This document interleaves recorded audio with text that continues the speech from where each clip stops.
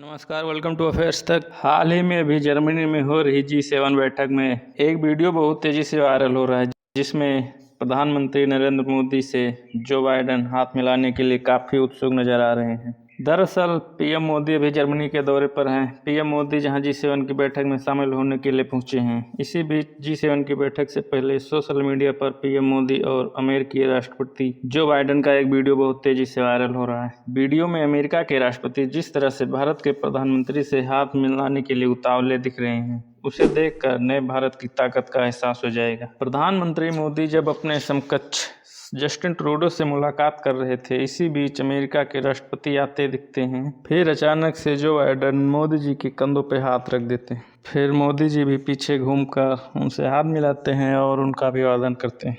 Video में दिख रहा है कि प्रधानमंत्री मोदी जब कनाडा के प्रधानमंत्री जस्टिन ट्रूडो से बात कर रहे थे, इसी दौरान अमेरिकी राष्ट्रपति जो बाइडेन उनसे मिलने के लिए खुद चल कर आते हैं। उन्होंने पीएम मोदी के कंधों पर पीछे से हाथ रखकर अपनी मौजूदगी का एहसास कराया, जिसके बाद दोनों नेताओं ने हाथ मिलाकर गर्मजोशी से एक दूसरे का अभिवादन किया। मोदी बाइडेन की मुलाकात के इस वीडियो की जमकर चर्चा हो रही है। लोगों का मानना है यह भारत के बढ़ते वैश्विक कद का प्रतीक है। लेकिन क्या ये ऐसे ही अचानक हो गया? नहीं। बात करें भारत की कूटनीति का, तो अमेरिका उसका बहुत बड़ा प्रशंसक है। भारत ने रूस यूक्रेन संकट, कोविड महामारी और दूसरे मामलों में जैसे कूटनीति की है, उसका अमेरिका भी कायल है। यही कारण है कि जो बाइडेन पीएम मोदी को इतना महत्व देते नजर आ रहे हैं। यूक्रेन पर रूस के हमले के दौरान जब पूरी दुनिया अलग थलग दो ध्रुवों की तरफ आ रही थी, उस दौरान भारत ने संतुलन को बनाए रखा। भारत ने अंतर्राष्ट्रीय प्रतिबंधों के बावजूद रूस से भारी मात्रा में तेल आयात किया और अमेरिका को भी इससे कोई परेशानी नहीं हुई। मतलब कि भारत ने एक ऐसा संतुलन बनाया जिससे दोनों देशों को कोई दिक्कत नहीं हुई, और इस सब के पीछे प्रधानमंत्री नरेंद्र मोदी का बहुत बड़ा हाथ है। फ्रांस के राष्ट्रपति और कनाडा के पीएम से भी मोदी ने मुलाकात की है। नरेंद्र मोदी ने सोमवार को यहाँ G7 शिखर सम्मेलन स्थल पर अमेरिकी राष्ट्रपति जो बाइडेन के अलावा फ्रांस के राष्ट्रपति इमैनुअल मैक्रों और कनाडा के प्रधानमंत्री जस्टिन ट्रूडो से भी मुलाकात की। जापान में हुई क्वाड शिखर सम्मेलन के बाद मोदी और बाइडेन के बीच पहली मुलाकात थी। अब इस घटना को देखकर कई लोग कमेंट कर रहे हैं।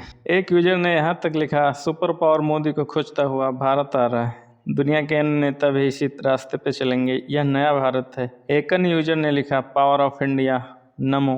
एक यूजर ने लिखा कि मोदी जी की बात ही अलग है। इसी तरह के हजारों कमेंट्स आ रहे हैं। चलिए अब जानते हैं आखिर G7 क्या है और यह क्या करता है, इसकी क्या क्या उपयोगिता है, क्या उद्देश्य है, इन सभी पर एक नज़र डालते हैं। दरअसल G7 दुनिया की 7 सबसे बड़ी और विकसित अर्थव्यवस्था वाले देशों का समूह है। G मतलब ग्रुप, 7 मतलब 7 मेंबर्स, मतलब 7 देश, इसलिए इसे G7 समूह के नाम से भी जाना जाता है। इस समूह में Germany, Italy, Britain, America, Japan, France, Canada शामिल है। ये ऐसे देश हैं जो अपनी कम्युनिटी वैल्यूज को मानते हैं। आसान भाषा में समझे तो ये देश की स्वतंत्रता, मानवाधिकार, लोकतंत्र और विकास के सिद्धांत पर चलते हैं। अब बात करें आखिर ये समूह करता क्या है। यह समूह कभी 6 देशों का समूह हुआ करता था, यानी G6। इस समूह का गठन साल 1975 में किया गया था। इस साल इसकी पहली बैठक आयोजित हुई थी। बैठक में दुनिया भर में बढ़ रहे आर्थिक संकट पर समाधान के बारे में चर्चा हुई। 1976 में इस समूह में कनाडा जुड़ा और इस तरह से G6 से G7 में बदल गया। G7 देश हर साल शिखर सम्मेलन का आयोजन करते हैं। इस दौरान उस देशों के मंत्री और नौकरशाह मिलते हैं, आपसी हित से जुड़े मुद्दों पर चर्चा करते हैं।